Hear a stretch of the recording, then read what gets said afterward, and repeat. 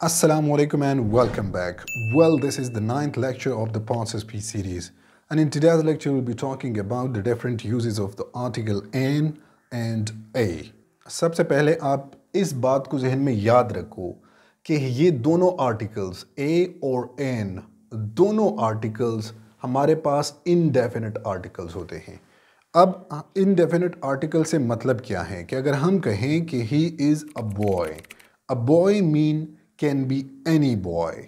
जिस नाउन के बारे में एग्जैक्टली हम बात कर रहे होते हैं एग्जैक्टली हमें उसके बारे में ज़्यादा इल्म नहीं होता, इसलिए इससे पहले जो आर्टिकल इस्तेमाल होता है वो इनडेफिनिट आर्टिकल यानी कि ए और एन इस्तेमाल होते हैं। अब ये बात भी जहन में याद रखें कि जितने भी ये दोनों आर्टिकल्स ए और एन ये दोनों हमारे पास उन नाउन से पहले इस्तेमाल होंगे जो हमारे पास सिंगुलर होंगे।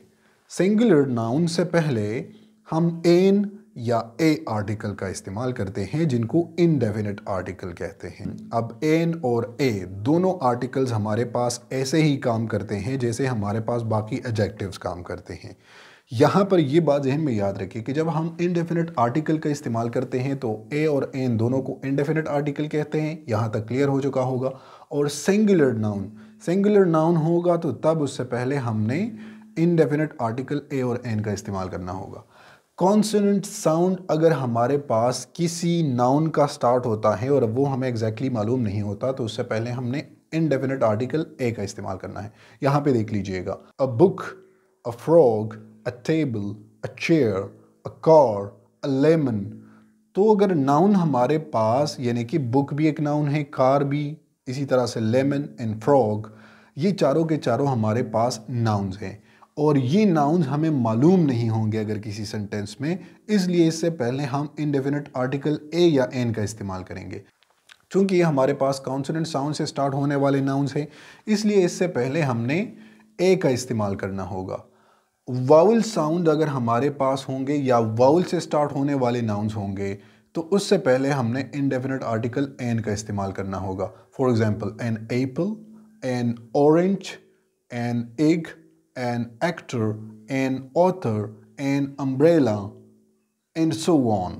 अब ये पॉइंट जहन में याद रखें कि अगर आपके पास साउंड पे सारी की सारी चीज़ डिपेंड करती हैं, ये सिर्फ रूल्स तक महदूद नहीं है। एक्सेप्शन इसमें ये है कि अगर साउंड आपके पास वावल का होगा तो फिर आपने एन आर्टिकल का इस्तेमाल करना होगा, और अगर साउंड आपके पास कॉन्सोनेंट का होगा तो तब आपने उससे पहले ए का इस्तेमाल करना होगा। आगे इन एग्जांपल्स में ये चीज़ आपको क्लियर हो जाएगी। मिसाल के तौर पर एन आवर, तो आवर हमारे पास इच जो है वो तो वाउल में नहीं है, इच चूंकि इसमें साइलेंट है तो इसका आवर ए से साउंड स्टार्ट होता है, ठीक है, और ए हमारे पास वाउल है इसलिए इससे पहले हमने एन का इस्तेमाल करना होगा।